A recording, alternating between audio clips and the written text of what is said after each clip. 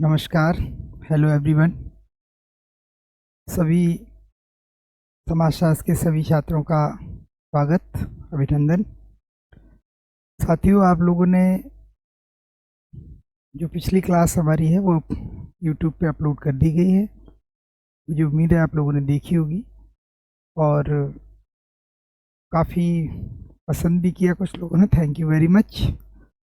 तो आज हम लोग समाजशास्त्र की जो पहली यूनिट है वहाँ से शुरू करेंगे। समाजशास्त्र का इंट्रोडक्शन हम लोगों ने देख लिया, जिसमें हम लोगों ने ब्रह्मांड की उत्पत्ति और उसके बाद पृथ्वी की उत्पत्ति, फिर जीवन की उत्पत्ति, फिर मानव का उद्भव और उसके बाद समाजशास्त्र का एक विषय के रूप में विस्तार, उसकी पूरी बैकग्राउंड। तो यहाँ से जो क्वेश्चन आते हैं, आप लोगों का होमवर्क ये रहेगा कि आप इनमें से क्वेश्चन निकालिए कि इस बैकग्राउंड से कितने क्वेश्चन पूछे गए हैं। एक चीज़ शुरू करने से पहले मैं बता दूं कि आजकल ये काफ़ी चल रहा है कि असिस्टेंट प्रोफेसर के लिए नेट की अनिवार्यता समाप्त कर दी गई है और पीएचडी नेट के अलावा जो भी स्टूडेंट हैं वो डायरेक्ट असिस्टेंट प्रोफेसर का एग्ज़ाम दे सकते हैं। अभी मैंने इसका नोटिफिकेशन देखा नहीं है, मैं साइट पे जाके देखूंगा, फिर इसके बारे में सही जानकारी दूंगा आपको। लेकिन ऐसा अगर है भी तो भी आप लोग नेट का एग्ज़ाम ज़रूर दीजिए और उसके लिए आपको कुछ भी अलग से नहीं करना है। इसी क्लास के साथ साथ आपका नेट टारगेट आपका असिस्टेंट प्रोफेसर रहेगा, तो ये सारी चीज़ें अपने आप क्वालिफाई हो जाएंगी। तो समय समय पे हम इसके बारे में आपको बताएंगे क्या रणनीति होनी चाहिए, कैसे तैयारी करें। पहला टॉपिक सामाजिक समूह, सोशल ग्रुप, जो पीछे डिस्प्ले है। साथ साथ आप अपने नोट्स भी प्रिपेयर करते जाएंगे। जो आप लोगों ने पहले पढ़ा होगा, अगर उसमें आपको कुछ एक्स्ट्रा चीज़ें लगेंगी तो उनको साथ में नोट करते चलिए। पहला टॉपिक, बेसिक कॉन्सेप्ट जो है सोशियोलॉजी का, सामाजिक समूह, ये क्यों है। सबसे पहला सवाल एक यहीं से पूछा जाता है, इस समूह क्या है, और दूसरा, मनुष्य ने समूह में रहना क्यों शुरू किया। ये क्वेश्चन कई बार पूछा गया, आप लास्ट ईयर के क्वेश्चन उठा के देखेंगे तो इसका जवाब जो है वो मैं बताने जा रहा हूँ। इसकी बैकग्राउंड समझ लीजिए कि समूह कितनी इम्पोर्टेंट चीज़ है और कहाँ से इसकी शुरुआत होती है। समूह, सोशल ग्रुप, यानी ग्रुप क्या है, सोशल ग्रुप क्या है और इसकी शुरुआत कब हुई और मनुष्य ने समूह में रहना क्यों शुरू किया, ये थोड़ा सा जान लेते हैं। तो बिना किसी भूमिका के हम लोग शुरू करते हैं। आइए, कि मान लीजिए जब मध्यपाषाण काल में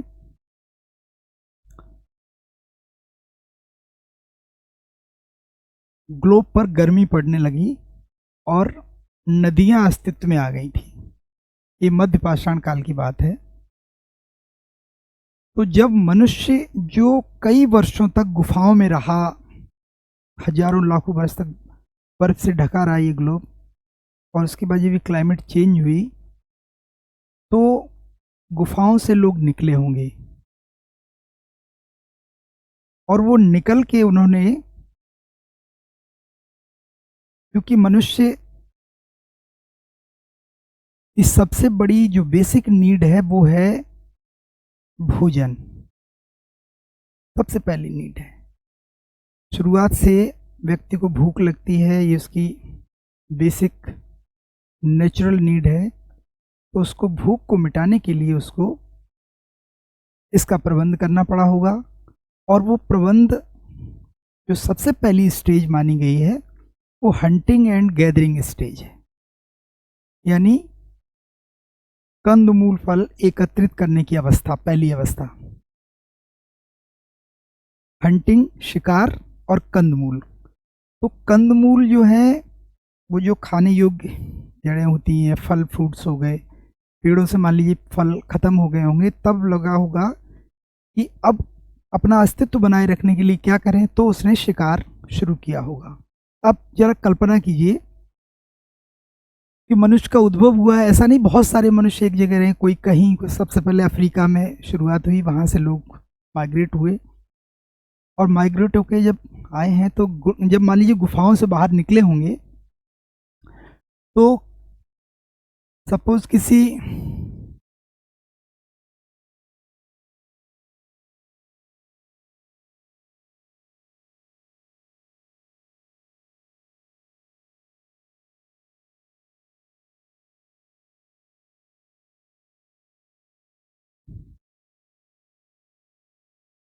यानी पहली बार मनुष्य ने मनुष्य को देखा होगा, वेरी फर्स्ट टाइम। आप सोचिए, कल्पना कीजिए कि जब अपने ही जैसे व्यक्ति को किसी ने देखा होगा तो क्या प्रतिक्रिया हुई होगी। हम कहीं बहुत दूर जाते हैं, ये व्यक्ति का एक ग्रेगियस इंस्टिंक्ट कहते हैं इसको। इसमें व्यक्ति अपने जैसी चीज़ों को देखकर उसके प्रति आकर्षित होता है। फॉर एग्ज़ाम्पल, मान लीजिए आप उत्तर प्रदेश के रहने वाले हैं और आप कहीं साउथ में कहीं जा रहे हैं और साउथ में आपको यूपी का कोई आदमी मिले तो आप खुश हो जाते हैं और हाथ मिलाते हैं, शेक हैंड करते, पूछते हैं कहाँ से क्या है। एक अपनेपन की फीलिंग आती है। उस समय ग्लोब पे हज़ारों तरह के जानवर रहे होंगे, व्यक्ति को उन जानवरों से अपनी रक्षा करना, फिर अपने आप को बचाए रखना, अपना अस्तित्व बनाए रखने के लिए व्यक्ति को एक अपने ही जैसे व्यक्ति की ज़रूरत पड़ी और वो व्यक्ति भी ज़रूरतमंद होगा। किस चीज़ की ज़रूरत? भोजन की। तो सपोज़ कीजिए कि ये किसी,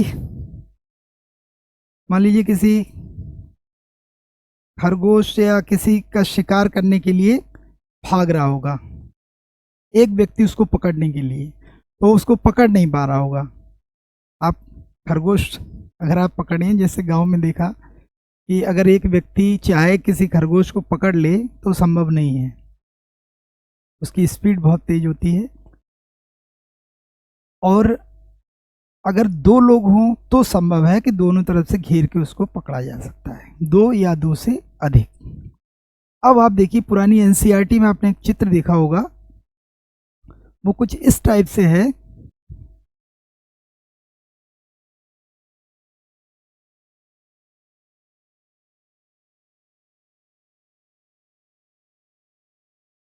कि व्यक्ति ने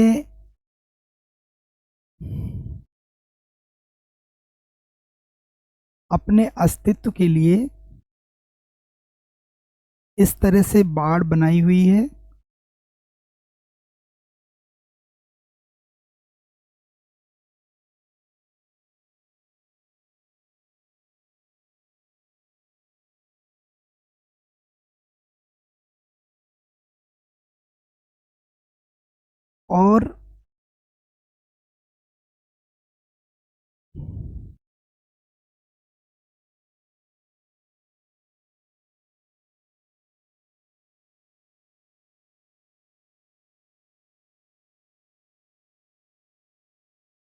और उन्होंने एक इस तरह से गड्ढा एक बना रखा है और जिसको उन्होंने ढक दिया है। और जो जानवर है, मान लीजिए कोई, तो उसको ये लोग इधर से घेर रहे हैं, ये इधर से घेर रहे हैं और ये जानवर जो है इसके अंदर चला जाता है और फिर उसको भाला से मार लेते हैं। ये एनसीईआरटी में चित्र बना हुआ है। अब आप इस चित्र का मतलब समझिए कि 2 लोगों ने इसको घेरा और उसका शिकार करने के बाद, खाने के बाद, और साथ ही इनकी मदद करने के लिए एक जानवर, डॉग, मेरी जरा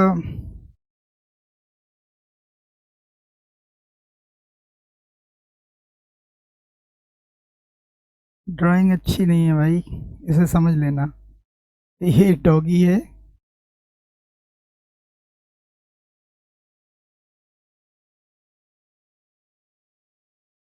तो इसने भी उसको पकड़ने में मदद की होगी। ठीक है, मिल के जानवर का शिकार किया, इसको गिरा दिया, इसमें फंसा लिया, और एक भाला से इसमें माइक्रोलिथ के रूप में तीर लगा हुआ होगा, वो इन्होंने पकड़ा होगा कुल मिला के अपने हाथ से, और इन्होंने अपने हाथ से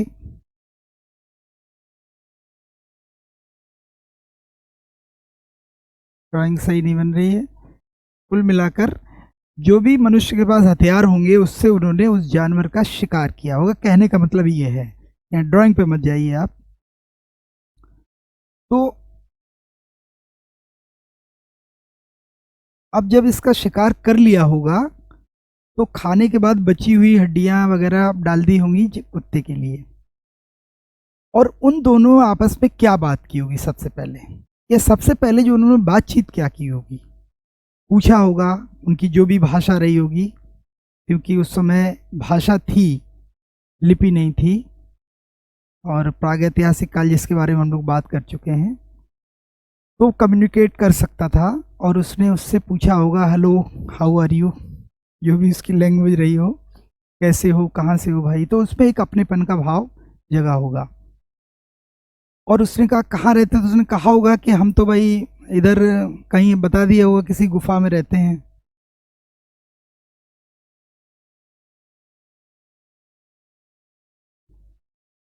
मान ली किसी गुफा के अंदर वो रहता रहा होगा, वहां से निकला होगा, है ना। तो इधर क्या हुआ कि रिवर का अस्तित्व आया,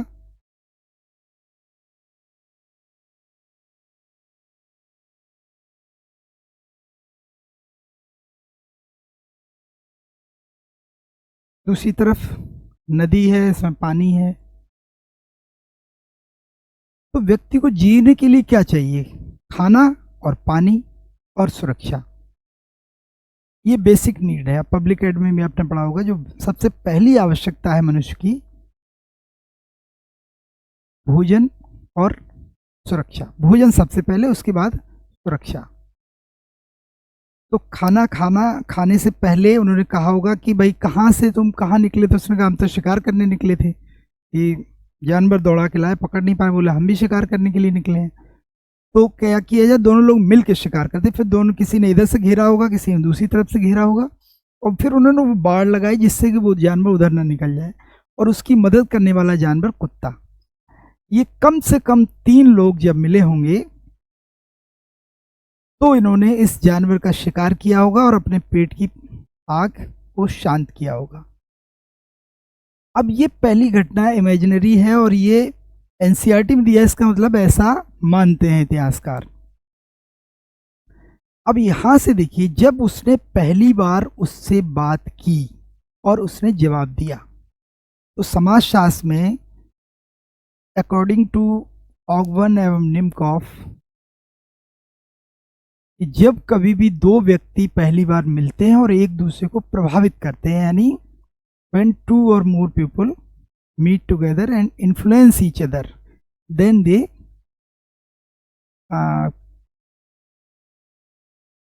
create a group या मेक अ ग्रुप, जो भी कह सकते हैं। तो जब कभी भी 2 व्यक्ति पहली बार मिलेंगे और अंतःक्रिया होगी, उनमें एक बात करेगा, एक रेस्पॉन्ड करेगा, वो जो अंतःक्रिया, उसको इंटरेक्शन कहा गया, उसके बाद व्यक्ति, उनके बीच में एक संबंध सा स्थापित होता है, अगर ये अंतःक्रिया लंबी चलती है। लेकिन अगर हम इस पॉइंट पे भी देखें कि अंतःक्रिया हुई, अकॉर्डिंग टू ऑगवन एवं निमकॉफ, वो ग्रुप बन गया। तो यहां से शुरू हुई कि व्यक्ति ने अपने जैसे व्यक्ति को देखा और उससे प्रभावित हुआ, उससे बातचीत की, और दोनों कन्विंस हुए, उन्होंने शिकार किया, और जिससे उनकी पेट की आग शांत हुई। फिर उन्होंने ये सोचा, क्योंकि उस समय मनुष्य के पास और कोई काम तो था नहीं, सिर्फ भोजन, इसके अलावा वो आगे कुछ सोचता नहीं। वो भोजन के लिए क्या क्या करना पड़े, उसको शिकार करना पड़ेगा, तो उसके लिए कौन से हथियार की ज़रूरत होगी, शार्प वाले भाला तीर, इन्हीं चीज़ों की खोज में, क्योंकि आवश्यकता आविष्कार की जननी होती। मनुष्य ने उत्तरोत्तर वही चीज़ें की हैं जो उसके भोजन या उसके अस्तित्व को बनाए रखने के लिए काम में आई हैं। तो यहाँ से उसने इन जानवर का शिकार करके फिर जो दोनों व्यक्ति रहे होंगे, अब आप अगर ये कहानी के माध्यम से मैं इसलिए बता रहा हूँ, इससे सारे कॉन्सेप्ट जुड़े हुए हैं। तो वो दोनों, उसने कहा होगा कि भाई आप कहाँ रहते हो, कहा होगा कि हम तो यहीं रहते हैं बगल में, बगल वाली गुफा में। आप कहाँ रहते हो? बोले हम भी उधर ही रहते। तो उसने कहा कि देखो हम लोग ऐसा करते हैं,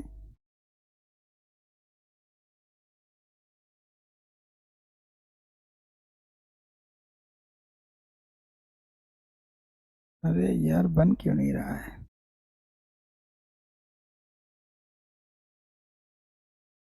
हम लोग जो हैं इसी पेड़ के नीचे रहने लगते हैं। कहाँ दूर जाएंगे? ऐसा तो कुछ फैमिली तो थी नहीं कि उसका इंतजार करना है, घर पे शाम को लौटना है, बच्चे होंगे। फैमिली नामक कॉन्सेप्ट आया नहीं था, वो काफ़ी बाद में आया, आगे चल के उस पर बात करेंगे समाज के चैप्टर में। तो अभी बात हो रही समूह की। समूह का मतलब दो, कम से कम इसकी पहली नीड क्या है कि कम से कम दो व्यक्ति, अधिक कितने भी हो सकते हैं। तो ये लोग वहीं पे रहने लगे होंगे आपस में, इन्होंने अपना एक एरिया बना लिया होगा, और लोग भी फिर जुड़ते गए होंगे। कहने का मतलब एक दो चार छः लोग जुड़ते गए होंगे। उन्होंने देखा कि यहाँ पानी की व्यवस्था भी है, सुरक्षा की व्यवस्था भी है, बाढ़ लगा रखी है, और धीरे धीरे लोग जुड़ते गए होंगे, उन्होंने अपने लिए व्यवस्था बना ली होगी। फिर इन्हीं में से कोई व्यक्ति, मान लीजिए, इसको जरा और सही बना दे, फिर आप देखिए इससे तीन चार कॉन्सेप्ट आपके एकदम क्लियर हो जाएंगे, जिनको हम आगे चल के स्पष्ट करेंगे। अब सवाल हमारा जो शुरू हुआ था, जो क्वेश्चन आता है कि मनुष्य ने समूह में रहना क्यों शुरू किया। हमने आपको बताया कि वो शिकार। अब शिकार एक से भले, आपने पुरानी कहावत पढ़ी होगी कि एक से भले दो, दो से भले चार। बहुत पुराने बुजुर्ग लोग कहते हैं, क्योंकि पुराने ज़माने में जो मर्चेंट जाया करते थे व्यापार के लिए, तो एक से भले दो, यानी एक आदमी को लूटना आसान है, दो होंगे तो थोड़ी एक दूसरे की हेल्प हो जाएगी। दो से भले चार, यानी जितना ज़्यादा ग्रुप होगा उतनी ज़्यादा। तो निकल के क्या इसके भाव में क्या है कि सुरक्षा। सुरक्षा के कारण, जवाब इसका ये है कि सुरक्षा के कारण, ड्यू टू सिक्योरिटी,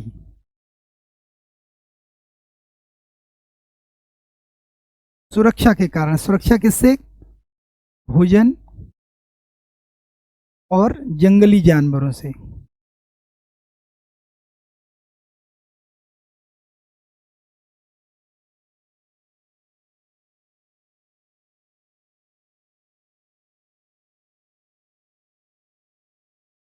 एक से भले दो लोग रहने लगे, एक जैसा अपना टेरिटरी बना ली उन्होंने, और यहाँ से नदी है, पानी है, और इसके अलावा वहाँ पर पेड़ भी है। तो वो ग्रुप धीरे धीरे बड़ा होता चला गया,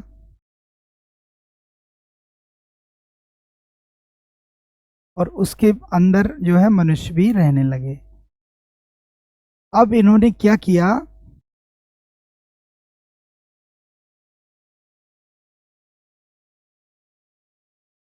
एक ही कॉन्सेप्ट से हम लोग समूह, समुदाय, समिति और संस्था को समझ सकते हैं। लेकिन मुझे लग रहा है कि पहले हम केवल समूह की बात करें, थोड़ा सा आप लोग को लगेगा कि ज़्यादा हौच पौच ना हो जाए। अभी हम सिर्फ, पहला क्वेश्चन हमारा था कि मनुष्य ने समूह में रहना क्यों शुरू किया। तो जब वो समूह, कम से कम दो व्यक्ति, दो से अधिक, इतने भी ज़्यादा हो सकते हैं, उसकी अपर लिमिट नहीं है, उनके बीच में जब व्यक्ति बार बार अंत्यक्रिया होती है तो सामाजिक संबंध बनते हैं, जब उनका स्थायी निवास हो जाता है, तो किसी चीज़ में जब स्थायी निवास हो जाए, वहाँ का एक नाम हो जाए, फिर रहने वालों के बीच में हम भावना हो जाता है, तो समुदाय बन जाता है ना। तो इसी से धीरे धीरे जुड़ते चले गए कॉन्सेप्ट, और व्यक्ति ने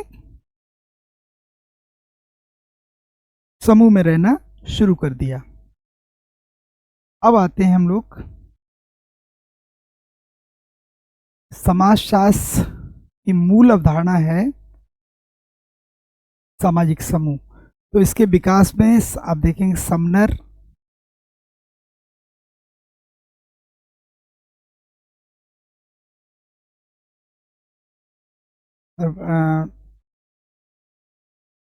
William Graham Sumner, Charles Cooley, Herbert Spencer, Newcomb, George Homans, Simmel, इन लोगों ने योगदान दिया है। थोड़ी टाइपिंग मिस्टेक है।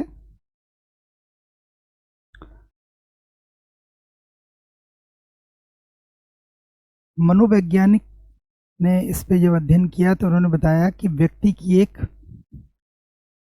ग्रेगियस इंस्टिंक्ट होती है, यानी समूह में रहने की मूल प्रवृत्ति। व्यक्ति जब भी रहना चाहता है तो वो सुरक्षा के कारण समूह में ही रहता है। आप किसी को भी देख लीजिए, आप कहीं प्लॉट खरीदते हैं, कहीं जाते हैं तो आप पहले सुरक्षा देखते हैं। घर से जब बच्चे बाहर निकलते हैं, मान लीजिए आप घर से मार्केट जा रहे हैं, तो आपके घर वाले पूछते हैं कहाँ जा रहे हो, विशेष रूप से गर्ल्स के लिए, तो कहेंगे मार्केट जा रहे। तो कौन जा रहा है साथ में? को हमारी एक सहेली भी जा रही। तो मम्मी पापा सोचते हैं अच्छा ठीक है, एक से भले दो। बच्चे को घर से अकेले माँ बाप निकलने नहीं देना चाहते। छोटा होता तो बिल्कुल नहीं, उसके साथ कोई सपोर्ट में हो, है ना। ये व्यक्ति की एक इंस्टिंक्ट है जिसको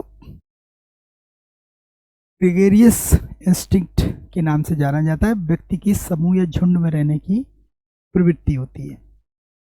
अब इसकी डेफिनेशन पे आए तो इनकी डेफिनेशन का अगर हम लोग पोस्टमार्टम करें तो 3 तरह की बातें दिखाई पड़ती। एक वो डेफिनेशन है समूह की जो ये कहती है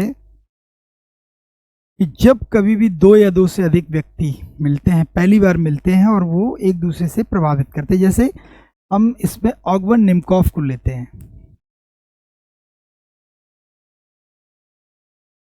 इन्होंने कहा जब कभी भी 2 या 2 से अधिक व्यक्ति एक साथ मिलते हैं और एक दूसरे को प्रभावित करते हैं तो वे एक समूह का निर्माण करते हैं।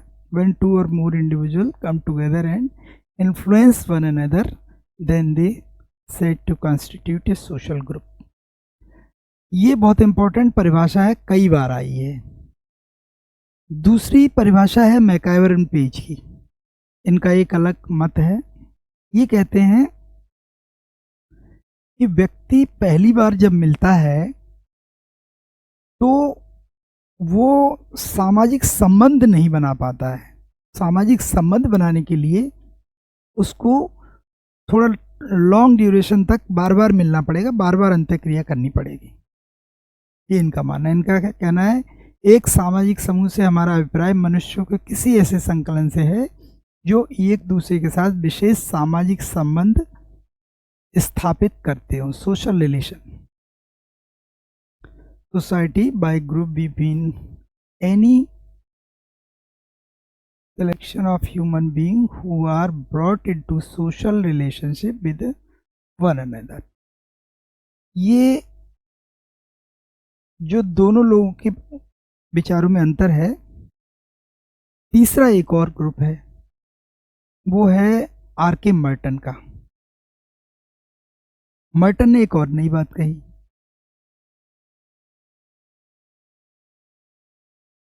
मर्टन ये कहते हैं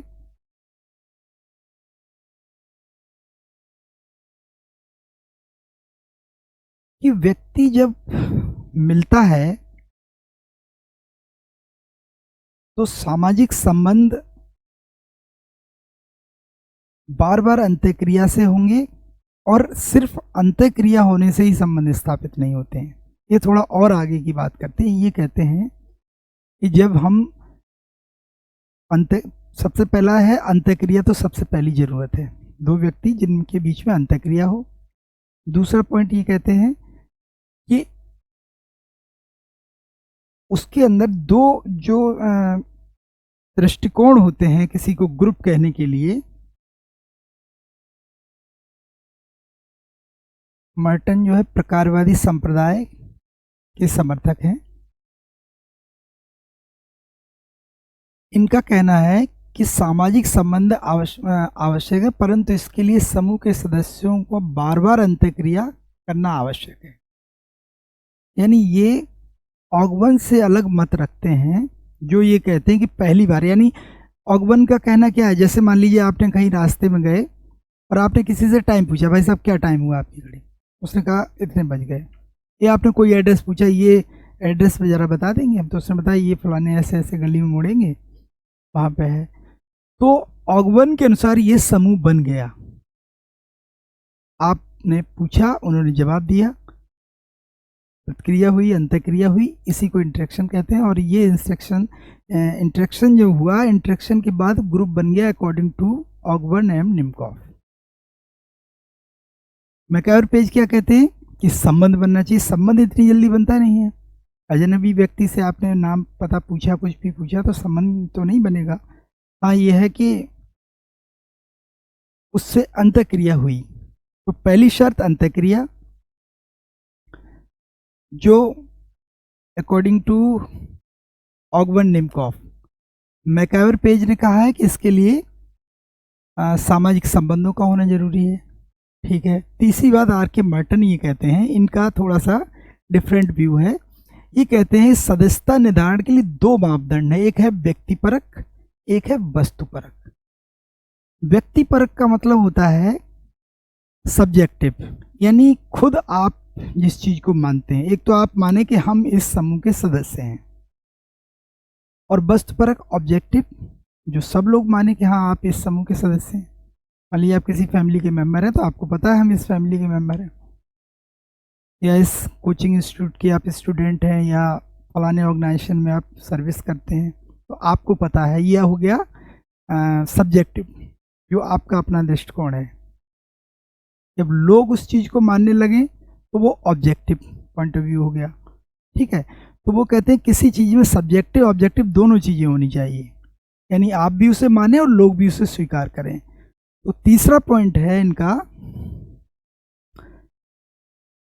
दो, हाँ, तो ये इनकी बात होगी। अब इसके लिए इनको तीन मुख्य तत्वों का होना आवश्यक है ग्रुप के लिए। निर्धारण के लिए दोनों चीजें, व्यक्तिपरक और वस्तुपरक। समूह निर्धारण के लिए दो आधार बताए इन्होंने, या दो मापदंड बताए, ये ध्यान रखना है आपको।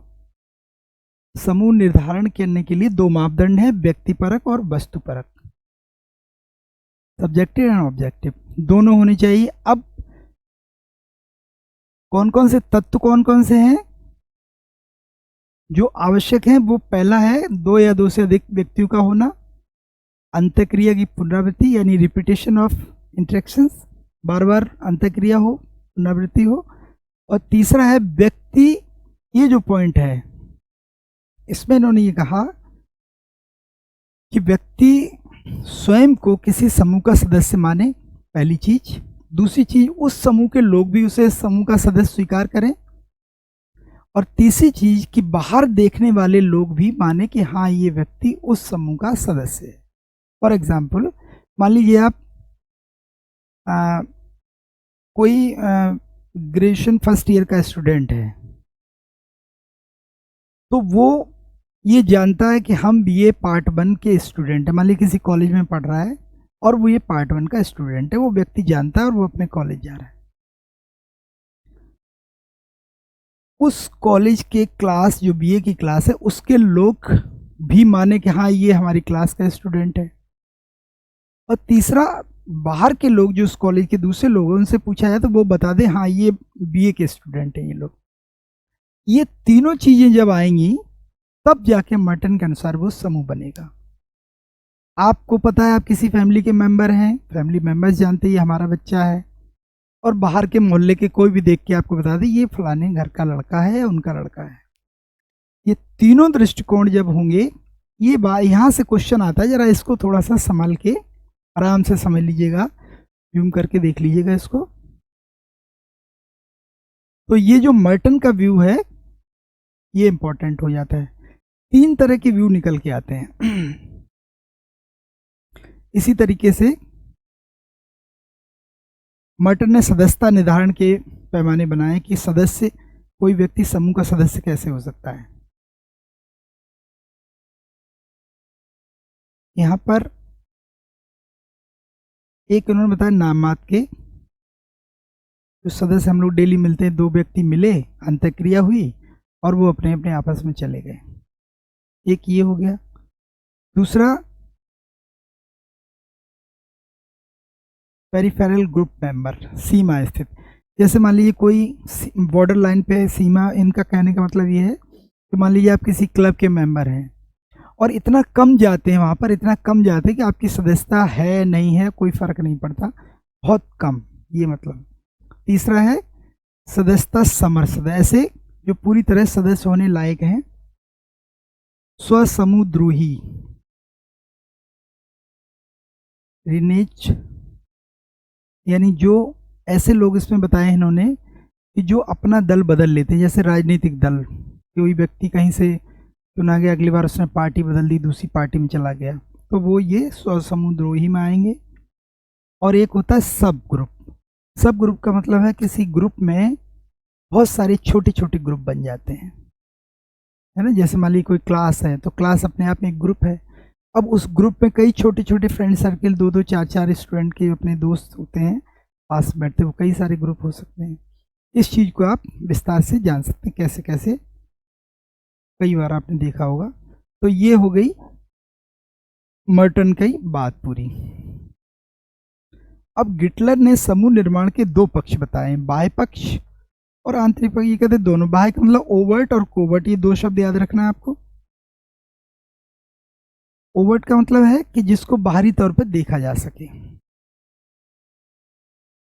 मान लीजिए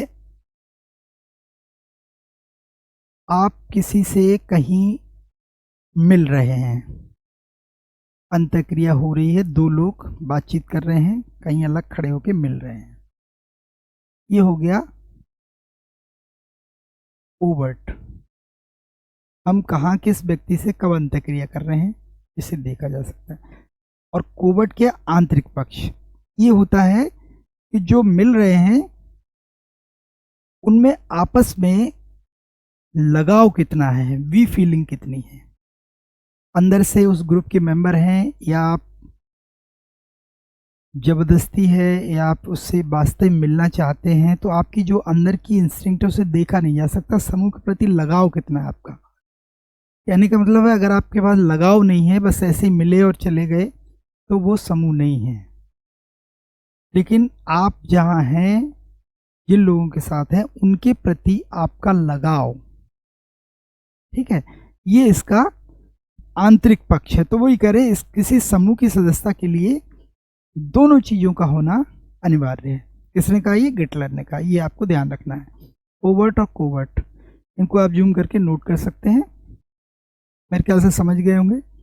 अगर समझ में नहीं आए तो आप कमेंट करके बताइए, हम दोबारा बताएंगे इसको। तो हम लोगों का ग्रुप का कॉन्सेप्ट एक क्लियर हुआ कि ग्रुप किसे कहते हैं, कम से कम 2 व्यक्ति आपस में अंतःक्रिया होना। ऑगबर्न निमकॉफ के अनुसार ग्रुप बन जाता है, लेकिन जब वो अंतःक्रिया बार बार होती है, निरंतरता उसमें चलती है, तो एक संबंध बनता है। जैसे फॉर एग्जांपल ऑनलाइन क्लास शुरू हुई, अब ये दूसरा तीसरा टॉपिक है, हम और आप। बहुत से लोग अभी हमें नहीं जानते, दूर दराज के क्षेत्रों में हैं, तो हमारा आपका जो हमें नहीं जानते, अंतःक्रिया तो हो रही है लेकिन कोई संबंध नहीं बना। संबंध कब बनेगा? जब आप मैसेज करेंगे, फ़ोन करेंगे और हम आपके फ़ोन का उत्तर देंगे, आपको आपकी कही हुई बातों को उस तरीके से आपको जवाब देंगे, आप संतुष्ट होंगे, तब जाके कहीं एक रिश्ता बनेगा स्टूडेंट और टीचर का। ये जो रिश्ता है वो इतनी आसानी से नहीं बनता, ये बार बार अंतःक्रिया से बनता है, कई बार ऐसा होने से बनता है। तो ये इसका सही एग्जाम्पल है कि बार बार अंतःक्रिया की पुनरावृत्ति, अगेन एंड अगेन अगेन, ठीक है। जैसे तो हम लोग जो हैं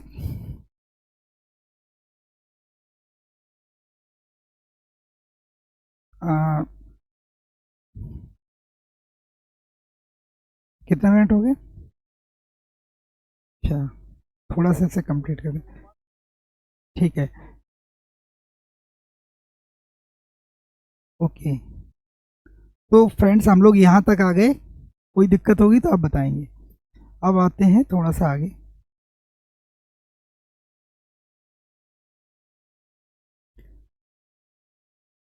गिलिन और गिलिन का जो कॉन्सेप्ट है, उत्तेजना और प्रतिक्रिया, स्टिमुली इन्होंने कहा है और रेस्पॉन्स।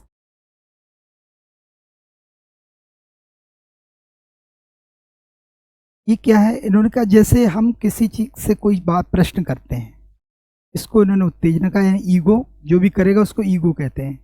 आगे चल के ईगो क्या है और डिस्प्ले मतलब इसको डिस्क्राइब करेंगे। तो किसी ने कुछ पूछा, वो ईगो है पूछने वाला, और उत्तर देने वाला एल्टर है। तो पूछा और उत्तर दिया,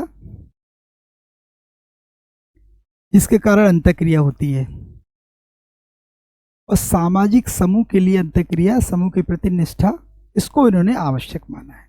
समूह के प्रति निष्ठा अकॉर्डिंग टू गिलिन एवं गिलिन, ये क्या होती है, वो ये कहते हैं कि हर एक व्यक्ति जो है उसके अंदर अपने समूह के प्रति निष्ठा होती है, वो अपने समूह को श्रेष्ठ मानता है और दूसरे को उसकी तुलना में थोड़ा सा हीन समझता है। इस चीज को एथनोसेंट्रिज्म कहा गया है। आगे चल के एथनोसेंट्रिज्म में हम लोग बात करेंगे रेस वाले चैप्टर, प्रजाति वाले में। तो एथनोसेंट्रिज्म इस चीज को कहते हैं। जॉनसन ने सभी समूह में इनका एक स्टेटमेंट है कि सभी समूहों में संबंध होते हैं, परंतु सभी संबंध समूह का निर्माण नहीं करते। इनका कहना है जैसे मान लीजिए बॉर्डर पे सेना जो है कई साल तक आमने सामने खड़ी रहती है युद्ध की, उनमें अंतःक्रिया भी होती है, कई बैठकें भी होती हैं। जैसे भी चाइना बॉर्डर पे हुआ तो कई बैठकें हुई, तो वो अंतःक्रिया तो हो रही है लेकिन संबंध नहीं बन रहा है, इसलिए उसको ग्रुप नहीं कहेंगे, क्योंकि उसमें सेंस ऑफ बिलोंगिंगनेस नहीं है। ये भावना समूह के प्रति होनी चाहिए कि हम जिस समूह के सदस्य हैं उसके प्रति हमारी एक लॉयल्टी, एक भी फीलिंग होना चाहिए। तो ये हम लोगों ने देखा कि समूह क्या है, समूह का कॉन्सेप्ट क्या है। ठीक है, आज इसी वीडियो में, नेक्स्ट वीडियो में मिलते हैं। आज यहीं तक, और आप लोग हमें बताइएगा ज़रूर कैसा लगा। यहाँ पर जो भी चीज़ें बताई जाएंगी आपको टू द पॉइंट, और जो आपके एग्ज़ाम से सीधी सीधी रिलेटेड होंगी। Thank you very much.